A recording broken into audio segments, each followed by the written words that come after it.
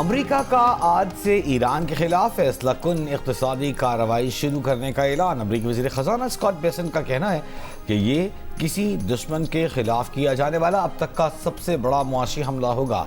Besant ने दावा किया कि ट्रंप ने ईरान की फौजी सलाहियतों को तबाह कर दिया, जौहरी प्रोग्राम दफन कर दिया। अब हम आखिरी मरहले में दाखिल हो रहे हैं। अमरीकी नायब सदर जेडी वेंस का कहना है कि मशरिक़ वस्ता में अमरीका की मौजूदगी का बुनियादी और अव्वलीन मकसद ईरान को जौहरी हथियार हासिल करने से रोकना है। दावा किया कि ईरान के पास बैनुल-अक़वामी तिजारती रास्ते मुकम्मल तौर पर बंद करने की सलाहियत नहीं। अमरीका यौमिया 7 से 15 मिलियन बैरल तेल ले जाने में कामयाब हो रहा है। अमेरिका की जानिब से मौशी हमले की बात दरअसल फौजी महाज पर बड़ी नाकामी का बिलवास्ता एतराफ़ है। ईरान ने अमेरिका की जानिब से हर मुमकिन दुश्मनाना कार्रवाई के लिए मंसूबे तैयार कर रखे हैं। ईरानी पासदारान इनकलाब के तर्जुमान ब्रिगेडियर जनरल हुसैन मुहिब्बी का अमेरिका को जवाब, कहा ईरान को अपनी मईशत के हवाले से कोई तशवीश नहीं और मुतल्लिका इक़दामात के असरात वक्त के साथ वाज़ेह हो जाएंगे।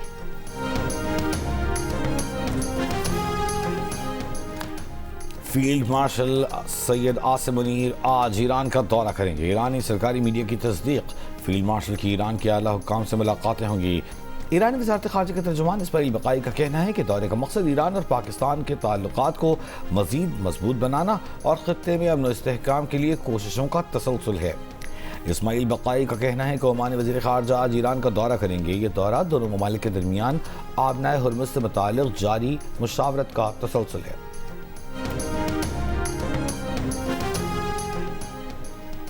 आबनाए हुर्मुज़ में ईरानी और अमरीकी नाकाबंदियों के बायस बहरी आमदोरफ्त महदूद। शिपिंग डेटा के मुताबिक गुज़श्ता रोज़ आबनाए हुर्मुज़ से सिर्फ 4 जहाज़ गुजरे। बरतानवी मैरीटाइम ट्रेड ऑपरेशंस के मुताबिक गुज़श्ता हफ्ते आबनाए हुर्मुज़ में मजमूई बहरी आमदोरफ्त मामूल से कम रही। 6 जुलाई से अब तक आबनाए हुर्मुज़ और उसके आस पास बहरी जहाज़ों पर प्रोजेक्टाइल हमलों के 23 वाक़यात रिपोर्ट हुए। UKMTO की रिपोर्ट के मुताबिक गुज़श्ता हफ्ते मजमूई तौर पर 89 बहरी जहाज़ आबनाए हुर्मुज़ से बाहर निकले, जबकि 103 जहाज़ हुर्मुज़ में दाखिल हुए। रिपोर्ट में मज़ीद कहा गया है कि आबनाए हुर्मुज़ में जहाज़ों की आमदोरफ्त अब भी मामूल की सतह से बहुत कम है।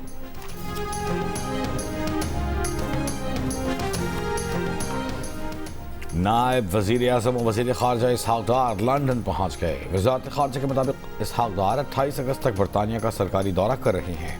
इसहाक़ डार की बरतानवी वज़ीर ख़ारजा एड मिलीबेंट से मुलाकात मुतवक्किल। इसहाक़ डार बरतानवी हुकूमत के दीगर आला हुक्काम से भी मुलाकातें करेंगे। इंटरनेशनल मैरीटाइम ऑर्गेनाइजेशन के सेक्रेटरी जनरल से मुलाकात में इसहाक़ डार सोमाली क़ज़्ज़ाक़ों के हाथों यरग़माल पाकिस्तानी हमले का मामला ज़ेर बहस लाएंगे। इसहाक़ डार और IMO सेक्रेटरी जनरल के दरमियान इलाक़ाई बहरी सलामती पर बातचीत होगी। इसहाक़ डार दौलत मुश्तरका के सेक्रेटरी जनरल से भी मुलाकात करेंगे।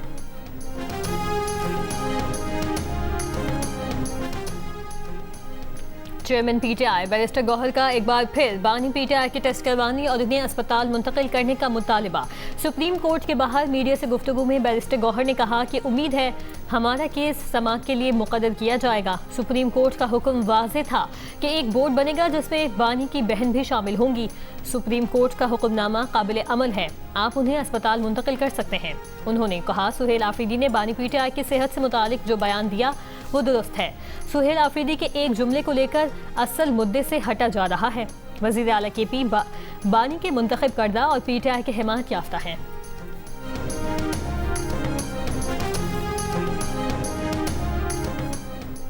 आज़ाद जम्मू कश्मीर कानून साज असम्बली में 8 मखसूस नशिस्तों पर इंतखाब। 5 ख़वातीन, 1 टेक्नोक्रेट, 1 उलमा मशाइख और 1 ओवरसीज़ कश्मीरी की नशिस्त पर पोलिंग का आगाज़। पीपल्स पार्टी के रुकन असम्बली माजिद खान ने पहला वोट किया। ऐवान मुकम्मल होने के बाद 9 मंतखब मेंबरान असम्बली हलफ उठाएंगे। स्पीकर और डेप्यूटी स्पीकर का इंतखाब होगा। पूंछ और सदनोती में इंतखाब न होने के बायस 7 मेंबरान के बगैर हुकूमत साजी का अमल सर अंजाम दिया जा रहा है। कराची के नौजवान ताजिर मीर रज़ा के अहल खाना ने केस की तहकीकात के लिए JIT तश्कील देने के लिए दरख्वास्त सिंध हाई कोर्ट में दायर कर दी। दरख्वास्त में सिंध हुकूमत समेत दीगर को फरीक बनाया गया है। इब्तदाई समाअत आज होने का इम्कान। मीडिया से गुफ्तगू में मीर रज़ा के अहल खाना के वकील जिब्रान नासिर एडवोकेट ने कहा वज़ीर आला सिंध को भी इस हवाले से खत लिखा था। सवाल होना चाहिए कि क्यों शवाहिद ज़ाया हो गए हैं। इन हुकाम के खिलाफ कोई भी कार्रवाई नहीं हुई। उन्होंने कहा कि जुडिशल कमीशन की मदद भी यही अफसरान करेंगे। पुलिस की नाअहली पर JIT का मुतालबा किया। JIT से किसी को खदशात नहीं होने चाहिए।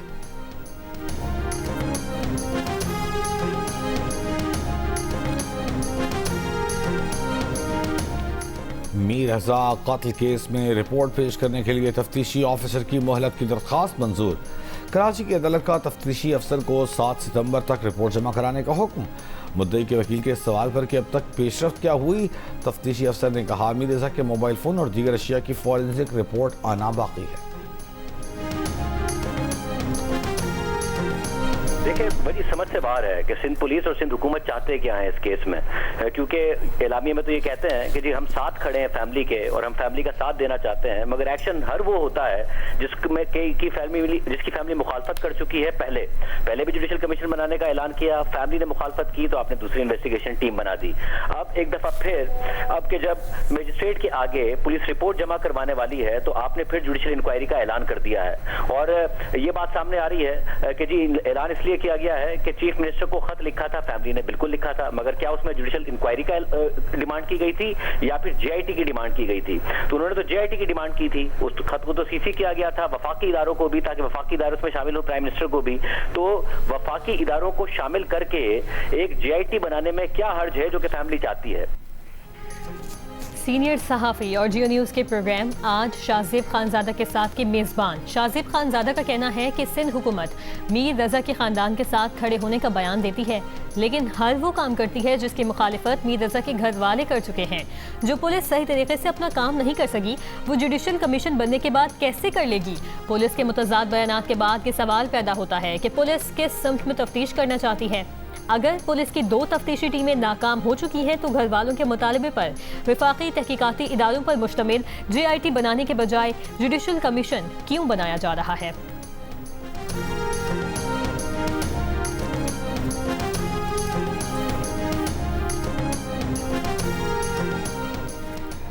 कराची के इलाके गुलशन इकबाल में गुज़िश्ता रात मीर रज़ा के कातिल और कम उम्र बच्ची से ज्यादती के खिलाफ नौजवानों का एहतजाज। मुजाहिरीन की जानिब से केस में सुस्त रवि पर नारे लगाए गए। नौजवानों ने कहा कि मीर रज़ा कत्ल और बच्ची ज्यादती केस में इंसाफ और जिम्मेदारों के खिलाफ मुअस्सर कार्रवाई होनी चाहिए।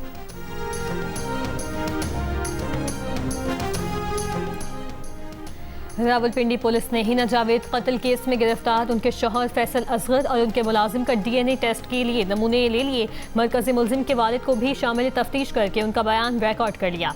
मुलजिमान से कत्ल की वारदात में इस्तेमाल होने वाली रस्सी और तार भी बरामद कर ली।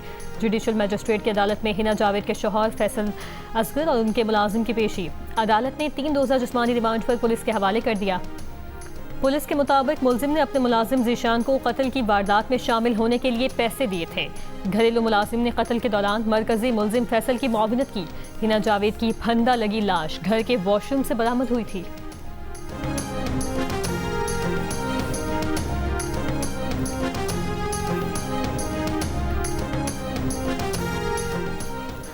खातून अव्वल आसमा भुट्टो जरदारी का रावलपिंडी में हिना जावेद के मुबैना कत्ल पर अफसोस का इजहार। सोगवार खानदान से ताज़ियत और इजहार हमदर्दी। कहा अलमनाक वाक़े की मुकम्मल और शफाफ तहकीकात की जाएँ, जिम्मेदार अफराद को कैफरी किरदार तक पहुँचा कर मिसाल कायम की जाए। आसिफा भुट्टो जरदारी का कहना था कि ख़वातीन के तहफ़्फ़ुज़ और जराइम की रोकथाम के लिए मौसर इक़दाम ज़रूरी हैं। सेनेटर शरीफ रहमान की वाक़े की मज़म्मत। हिना जावेद के कत्ल की मुकम्मल और गैर जानिबदाराना तहकीकात कराने का मुतालबा।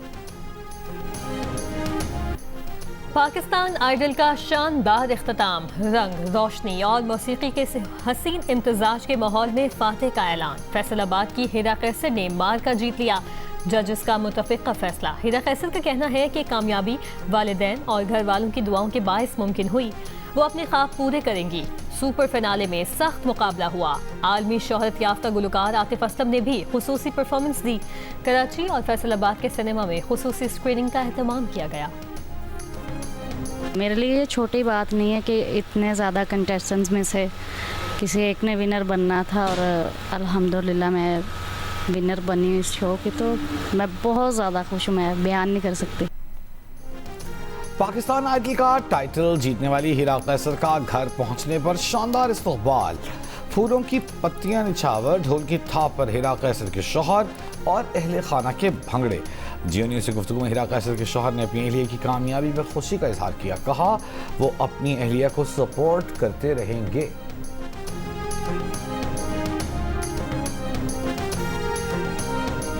पाकिस्तान आइडल सुपर फिनाले ने मुल्क भर के मुख्तलिफ शहरों से उभरती हुई आवाज़ों को तलाश किया और उन्हें एक ही स्टेज पर लाकर अपनी सलाहियतें दुनिया के सामने दिखाने का मौका दिया।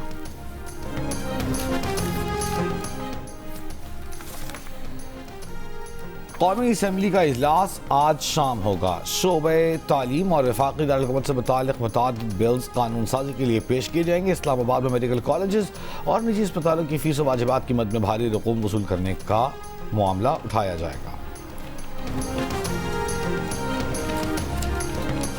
वफाकी वज़ीर ख़ज़ाना की ज़ेर सदारत काबीना की इक़्तिसादी राबता कमेटी का इजलास दोपहर 2 बजे होगा। एजेंडे के मुताबिक पास्को ने गंदम ज़खायर तमाम मुस्तहिक इदारों को फराहम करने की समरी पेश होगी। कस्टम बॉन्ड स्टोरेज के जरिए पेट्रोलियम दरामद की समरी भी पेश होगी। PIA के वाजिबात की अदायगी के लिए फंड्स की मंजूरी एजेंडे में शामिल। K4 मनसूबे के लिए 7 अरब 79 करोड़ रुपए की ग्रांट की मंजूरी भी मुतवक्के। सिंध हुकूमत की जानिब से फंड्स के मुतालबे पर ECC गौर करेगी।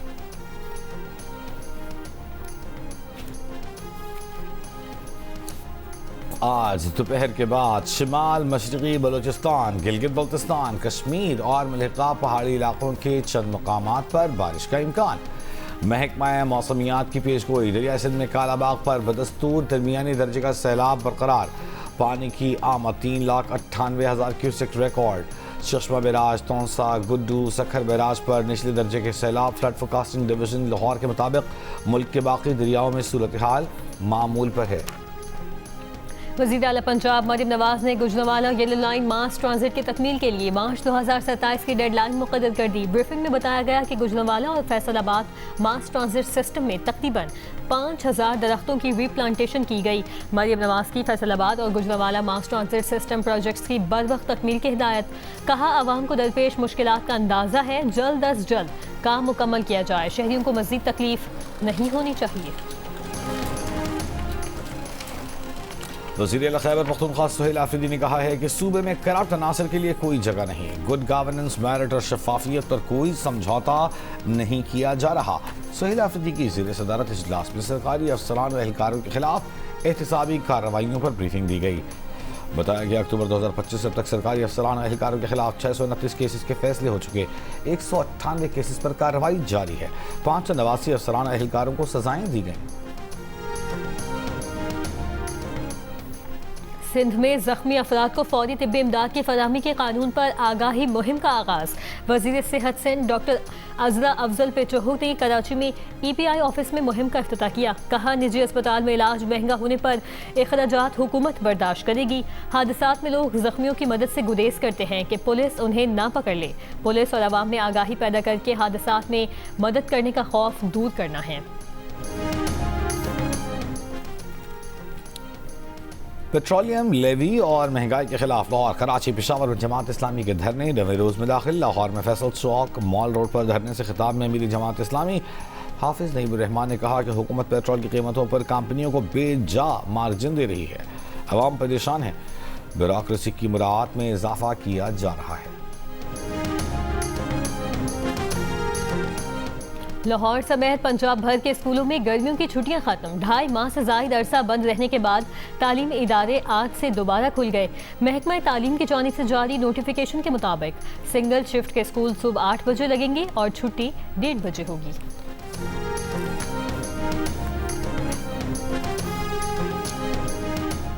लोधरा में नौजवान के कत्ल का मुकदमा वालिद की मुद्दईयत में 2 पुलिस एहलकारों के खिलाफ दर्ज।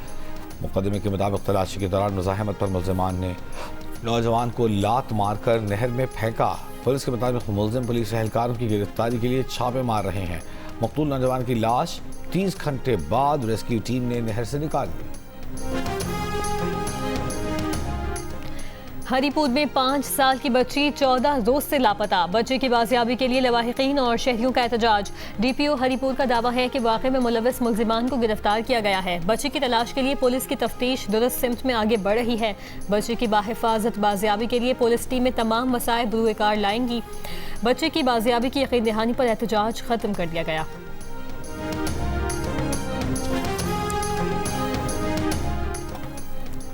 अपील कुनंदा फौत हो जाए तो बेनिफिट्स कानूनी वरसा को मिल सकते हैं। सुप्रीम कोर्ट का वालिद की वफात के बाद बेनिफिट्स कानूनी वरसा को देने की दरख्वास्त पर फैसला।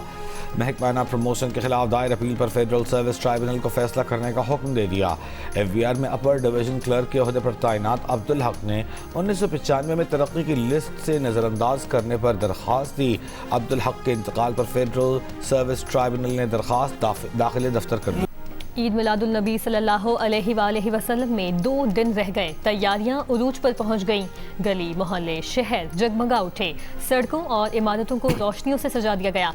मिलाद और दुरूद सलाम की महाफिल का अहतमाम। गवर्नर हाउस सिंध में सीरत मुस्तफ़ा सल्लल्लाहु अलैहि वसल्लम कॉन्फ्रेंस का इनेकाद।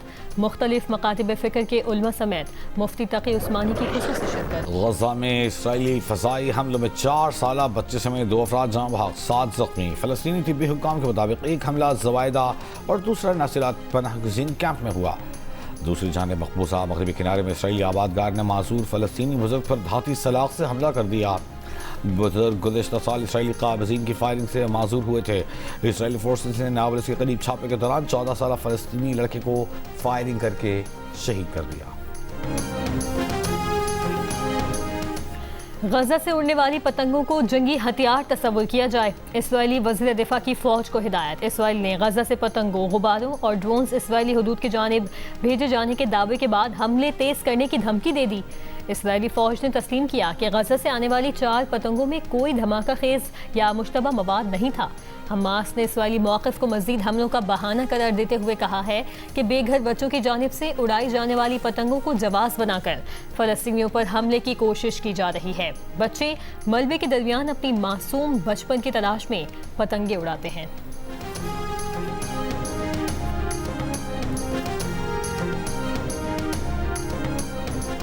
यूरोपीय कमीशन ने यूक्रेन की दिफा के लिए मजीद 7.12 अरब डॉलर मालियत की इमदाद की मंजूरी दे दी।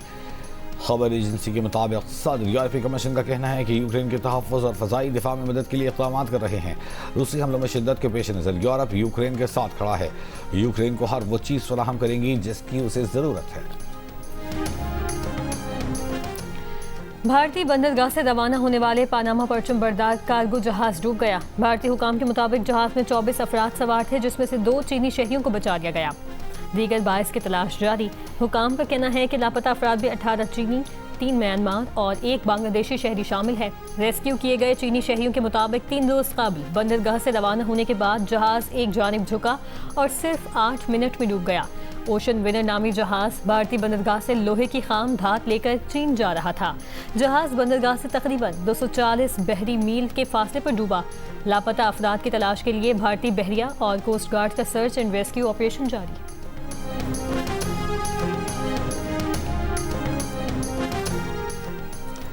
न्यूजीलैंड की हुकूमत का 16 साल से कम उम्र बच्चों के सोशल मीडिया इस्तेमाल पर पाबंदी के लिए पार्लियामेंट में बिल पेश करने का ऐलान।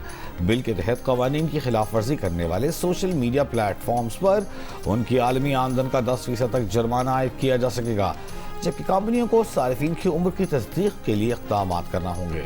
न्यूजीलैंड के वज़ीर आज़म का कहना है कि सोशल मीडिया बच्चों को नुकसानदेह मवाद, लत लगाने वाली टेक्नोलॉजी और ऐसे दबाव से दो चार कर रहा है जिससे निपटने के लिए वो तैयार नहीं, जिसके असरात उनकी ज़हनी सेहत, नींद और तालीम पर पड़ रहे हैं।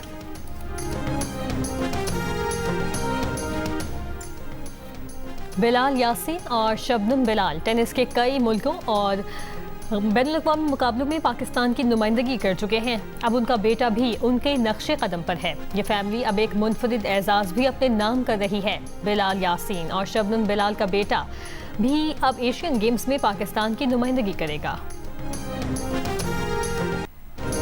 और जो भी गाया दिल में उतर गया, गजल हो या गीत, पॉप या फिर सेमी क्लासिक, सज्जाद अली का हर सुर पक्का। मधुर आवाज वाले गुलकार को सालगिरह मुबारक।